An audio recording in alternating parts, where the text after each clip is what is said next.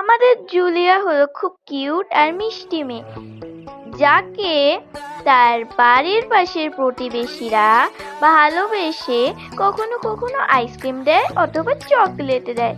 কিন্তু আমাদের জুলিয়ার একটাই খারাপ গুণ ছিল, সেটা হচ্ছে মিথ্যে কথা বলা।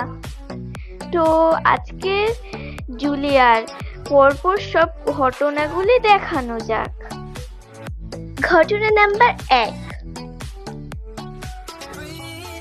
জুলিয়া, এই তোমার পড়াশোনার নমুনা। তুমি তো আমাকে বলেছিলে তোমার পরীক্ষা অনেক ভালো হয়েছিল, আমি যখন তোমাকে জিজ্ঞাসা করেছিলাম, কিন্তু এই তুমি পরীক্ষায় নাম্বার পেলে। ছি ছি জুলিয়া, এবার তো তোমাকে নিয়ে কেউ গর্ব করবে না। দেখো তোমার পাশের বন্ধুরা খুশিতে আত্মহারা, আর তুমি একদম চুপটি করে বসে রয়েছো। এটা কি একদম উচিত হচ্ছে বলো? আর তুমি কি পড়াশোনা একটুও পড়ো না নাকি বাড়িতে, যে এত কম নাম্বার পেয়েছো? তুমি কিন্তু বাড়িতে গিয়ে অবশ্যই এটা মা বাবাকে দেখাবে। এমন অনেক অনেক বাচ্চা রয়েছে যারা মা বাবাকে রেজাল্ট শিট দেখায় না, কিন্তু তুমি দেখাবে কিনা আমি ফোন করে নেব। আর এই হলো তোমার রেজাল্ট শিট। যাও, এবার তুমি এটাকে ব্যাগে ঢুকিয়ে নাও বরং। আর শোনো, তোমরা সবাই সবাই কিন্তু রেজাল্ট শিট মা বাবাকে দেখাবে। আমি তাদের সবার মা বাবাকে জিজ্ঞাসা করব, বিশেষ করে জুলিয়ার মা বাবাকে তো করবই। বাড়ি গিয়েই আমি ফোন করব। তোমরাও দেখো কেমন লাগে। এটা হতে পারে না, এটা হতে পারে না। আর কি করি, হ্যাঁ একটা আইডিয়া এসেছে। হা হা হা হা হা হা।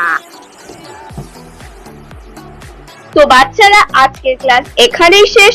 তোমরা সবাই এখন আসতে পারো। আর আজকের জন্য এইটুকুই। পরের দিন সবাই পড়া করে আসবে, আমি সবাইকে একে একে পড়া ধরবো। বাই।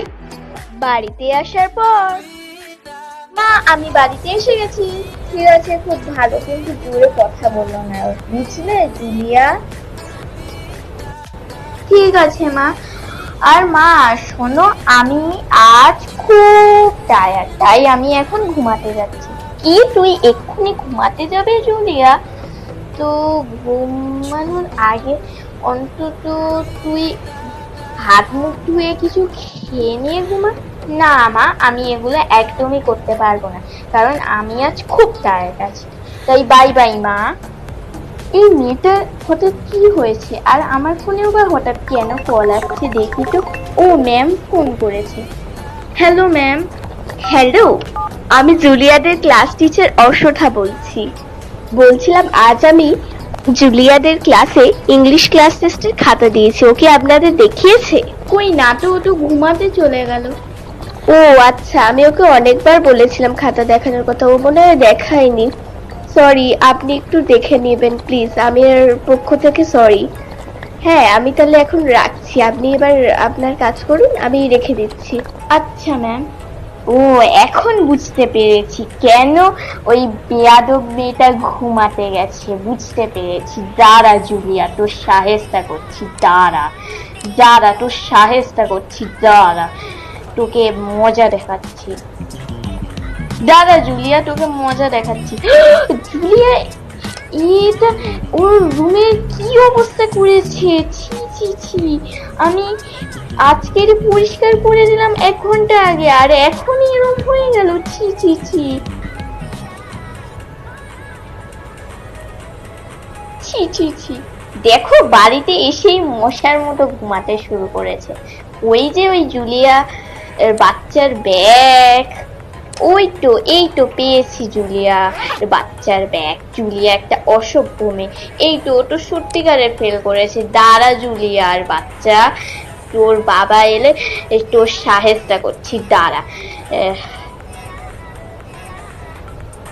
বাবা বাড়িতে আসার পর দেখো জুলিয়া ফেল করেছে। আমাকে বাড়িতে এসেই বলেছে যে ও নাকি খুব টায়ার্ড বলে ঘুমাতে চলে গেছে। এমনকি বললোও না যে ও ফেল করেছে, বুঝলে? কিন্তু তুমি কি করে জানলে বলো তো জুলিয়ার মা ফেল করেছে পরীক্ষায়? আসলে ওর স্কুলের ক্লাস টিচার অশ্রুতা ম্যাম আমাকে ফোন করেছিল। এটা তো সত্যি ভীষণ দুঃখের কথা যে অশুতা ম্যাম নিজে ফোন করে জানাচ্ছে। আমি ভেবেছিলাম যে ওকে 2 জায়গা দেব, কিন্তু তোমার জিজ্ঞেস ছাড়া দিলে তো আমি জানতাম যে তুমি আমাকেও 2 জায়গা দিতে। আরে না না, আমাদের কিন্তু মাঝে মাঝে বাচ্চার প্রতি একটু কিছু ভেবে দেখা উচিত। হ্যাঁ, তাও ঠিক। ছাড়ো, বাদ দাও, কালকের ওর সাহেস্তা হবে। সে তুমি যাই করুক, আমি বলি কি বাচ্চাদের না মারাই ভালো। আর তুমি যদি মারতেই চাও তাহলে ওদেরকে বুঝিয়ে মারো, ঠিক আছে? আর ওকে আমি নিশ্চয়ই মজা দেখিয়ে দেবো। Wait for part 2.